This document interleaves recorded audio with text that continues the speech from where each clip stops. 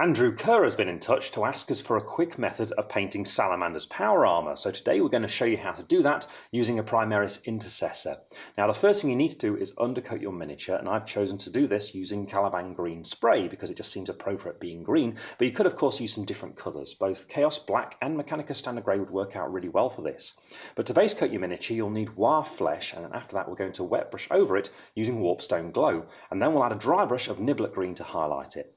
Then to take it a bit further, we'll add a recess shade of Beltane Green and then a quick edge highlight using Moot Green. But we're going to start out with Wire Flesh, which I'm going to apply using a large base brush. And for this first step, all you want to do is make sure you get an even base coat across all the power armour. So, as always, be sure to thin down your paint with a little bit of water so it's nice and smooth. That's a little bit thin, I think, so we want it there like that. And when you're ready, all you've got to do is start painting this all over your armour. And you will want to get a nice smooth result here, so I do recommend applying 2 thin coats.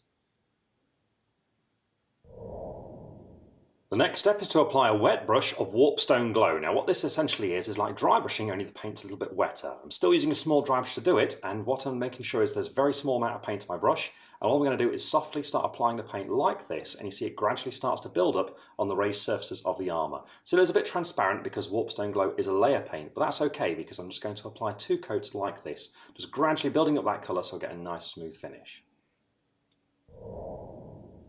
Once you've finished building up that green, you're ready to add a dry brush of Niblick Green, and with this colour you just want to be very light with it, focusing on all the sharper edges of your armour.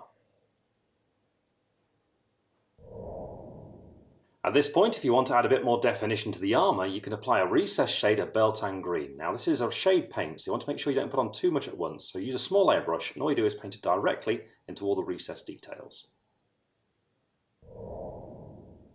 And with that done, if you really want to make the armour pop, you can now add a selective edge highlight of Moot Green. And all you need to do here is just pick out the most prominent areas. So things such as the vent on top of the helmet just here, then you'd be looking at doing things like the brow and the collar, the edge of the shoulder pads, all these kind of things.